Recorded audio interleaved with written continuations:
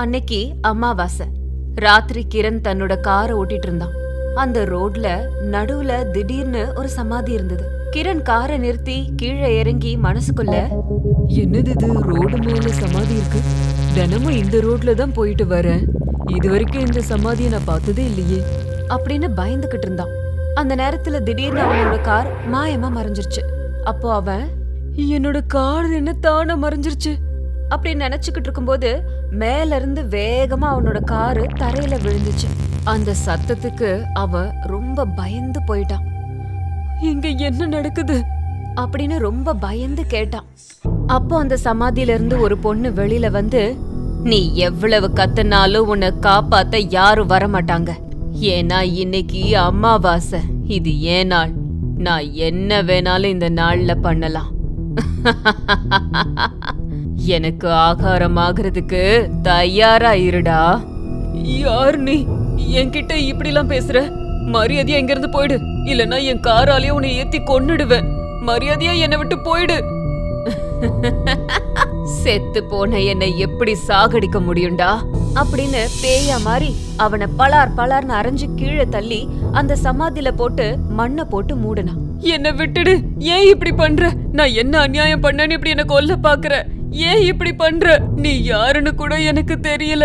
வீட்ல என்னோட பொண்டாட்டி எனக்காக காத்துக்கிட்டு இருக்கா, அவளுக்கு என்ன விட்டா வேற யாரும் இல்ல, என்ன தயவு செஞ்சு விட்டுரு. கவலைப்படாதடா, உன் பொண்டாட்டியும் உன்னோடவே அனுப்பிடுறேன் அப்படின்னு பயங்கரமா சிரிச்சுது. கிரண் அந்த சமாதியில இருந்து தப்பிக்கிறதுக்கு என்னென்னமோ முயற்சி பண்ணான். அப்போ அவனை பிடிச்சு, எங்கடா தப்பிக்க பாக்குற? இந்த அமாவாசை அவ்வளோ சுலபமா கிடைக்காது, கிடைச்ச உன்ன சும்மா விட்டுருவனா அப்படின்னு கத்தியால அவனை கொல்ல போகும்போது, வேண்டாம் என்ன விட்டுடு வேண்டாம் அப்படின்னு கத்தனான். அப்போ திடீர்னு அவன் சுய நினைவுக்கு வந்து, கடவுளே, இதெல்லாம் என்னோட கற்பனையா? இந்த புக்ல உள்ள கதைய படிச்சா இது எல்லாம் என் வாழ்க்கையிலேயே நடக்கிற மாதிரியே இருக்கே, கற்பனை பண்றத நிறுத்தவே முடியல. அம்மா, இந்த மாதிரி புக்க இனிமே நான் படிக்கவே கூடாது, இத படிச்ச மாதிரியே காட்டக்கூடாது, இத அப்படியே விட்டுறணும், ஏன்னா இந்த கற்பனையில என் உயிர் கொஞ்ச நேரத்துல போயிருக்கும். ஐயோ, நினைக்கவே பயமா இருக்கு அப்படின்னு அந்த புத்தகத்தை மூடிட்டு போய் படுத்து தூங்கிட்டான். அவன் அப்படி ஓய்வு எடுத்துக்கிட்டு இருக்கும் போது அந்த புக்கு பேயா மாறி,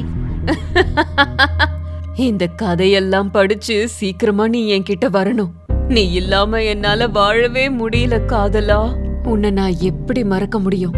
இந்த கதை மூலமா நடந்த எல்லாம் உனக்கு நினைவுக்கு வந்து, அன்னைக்கு ஆக்சிடென்ட்ல நான் இறந்து போனது, நம்ம காதலிச்சது, இது எல்லாமே உனக்கு ஞாபகம் வந்து உன்னை சீக்கிரமாவே என் இடத்துக்கு கூப்பிட்டுக்கிற. அது வரைக்கும் நிஜ வாழ்க்கையான இந்த புத்தகத்தை நீ படிச்சுக்கிட்டே தான் இருக்கணும். கொஞ்சம் கொஞ்சமா நீ என் வசம் மாறிக்கிட்டே வருவ. சீக்கிரமா உன் உயிரையும் விடணும். அப்பதான் என்னோட சேர்ந்து மேல் லோகத்துல என்னோட சந்தோஷமா சேர்ந்து வாழ முடியும். இந்த லோகத்துல உனக்கு என்ன வேலை இருக்கு? அந்த நாளுக்காக தான் காத்துக்கிட்டே இருக்கேன் அப்படின்னு திரும்பவும் அந்த புத்தகத்துக்குள்ள போயிடுச்சு. அப்பதான் அந்த பேய் யாருன்றது ஞாபகம் வந்தது. பிரியங்கா, கிரண் ரெண்டு பேரும் காதலர்கள். ஒரு நாள் ராத்திரி கார்ல வேகமா போய் மரத்துல மோதி பிரியங்கா இறந்து போயிட்டா. கிரண் மயக்கமாயிட்டான்.